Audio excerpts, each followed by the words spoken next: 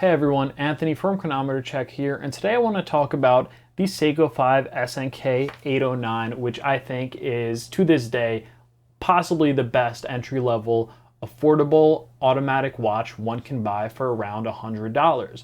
There's quite a few reasons why I think this is the best entry-level watch for the money this day and age, and we're going to get into that. But first, customary wrist check. Today I am rocking the Seiko SKX. Of course, this is the Pepsi, bleached the bezel. Some people love it, some people hate it. I like it. I do actually have a stock OEM bezel as well, just as like a backup, especially once they got discontinued. I was like, yeah, I might not want this for the rest of my life, this bleached bezel, but in the meanwhile, I really do like it.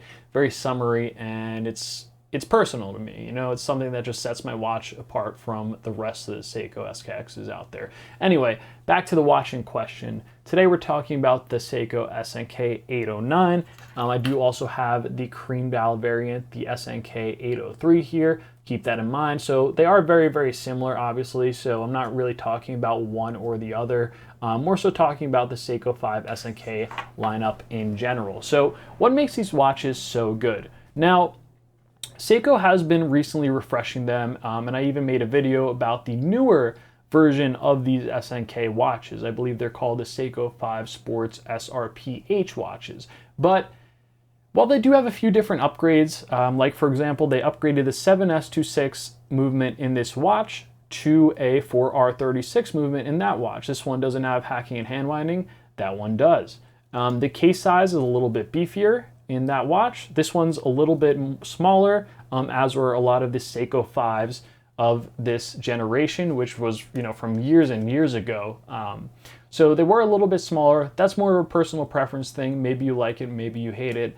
But specifically for the money, for about $100, there really isn't any competition other than other Seiko 5s for the $100 price point.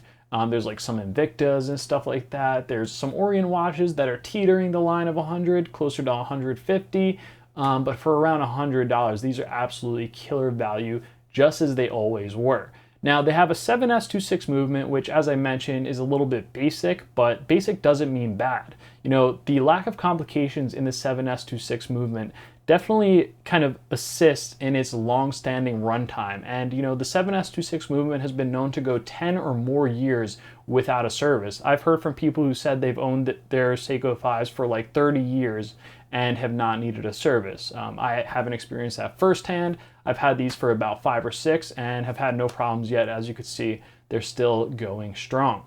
Other than that, I think they offer something really, really unique, even in the scope of today's watch market. You know, even with everything else that's out there, they're still very unique little looking timepieces. Like, take a look at that Sandblasted finished case. That's something that Seiko added that I think really sets this watch apart from other watches, both in the Seiko 5 lineup and just all other watches on the market today. It does have very, very cool painted white hands and a white second hand with a red painted tip. Now, in the more modern SRPH variation, they did take the painted second tip and end it just at the inner ring, the inner hour track, which I think was a very, very nice little refined attention to detail.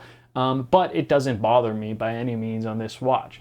And keep in mind, the new versions are about 2.5 times the price of these older SNK variants. So again, going back to, there's really no competition for these watches. Another cool thing about the SNK series, it comes in a bunch of different colors, and probably some of the most popular colors, such as black, blue. There is a odd wild red dial variant. There's the cream dial SNK here.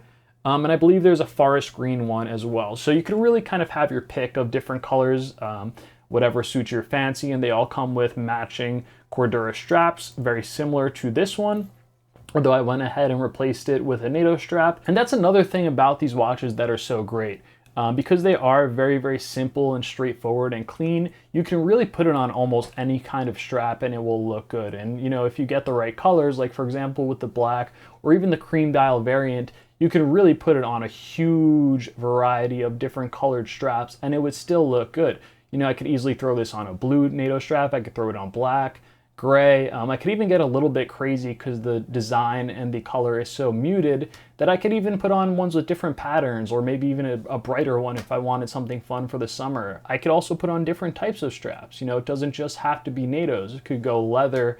You could put on different metal bracelets, etc. So I think there's a lot of versatility in owning a very simple and clean automatic watch like this, because you know, if you just have one watch, for instance, you could really play around with it and get different feels of different watches just by changing the strap, which is not nearly as costly as buying a new watch entirely. Now, another thing I really like about these SNK watches is the size. This is, again, goes back to personal preference. Some may like this, some may hate this. For instance, on my wrist right now, I have the Seiko SKX009, which is about 42 millimeters in diameter, and we have the SNK809, which is about closer to 37 millimeters in diameter. So big jump there.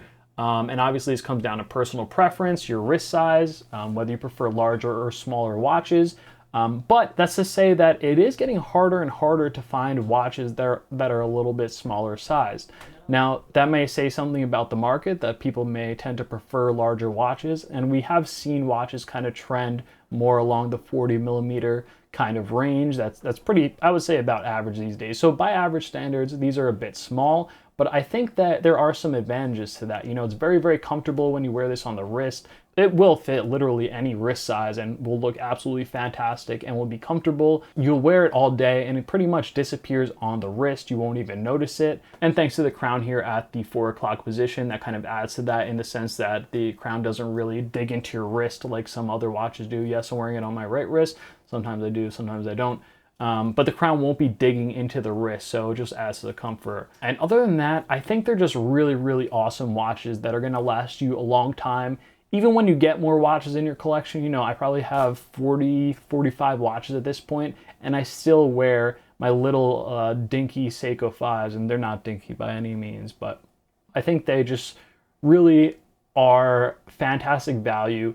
They look much more high-end than they actually are. This one in particular, you know, the SNK variants do tend to look a little bit more subtle and subdued because they do have the satin case, so they do kind of lack some of the luxurious looking features of a watch that might have, you know, some brushed and polished surfaces, such as the Dress KX, which is mostly brushed but has a little bit of polish, and it really makes it feel like, you know, a really more expensive watch.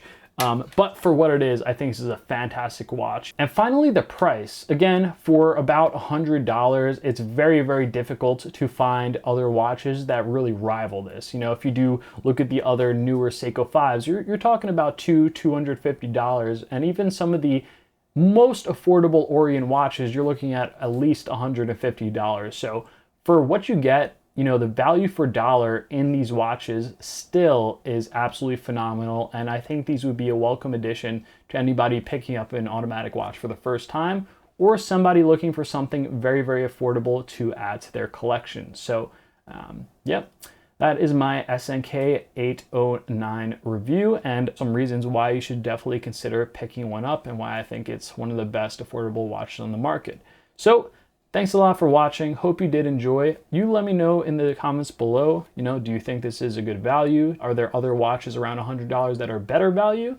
And if you did enjoy this video, if it was helpful, would appreciate it if you drop a like and subscribe. Kind of helps me with the YouTube algorithm, all that shenanigans. And with that said, thanks for watching. Till next time.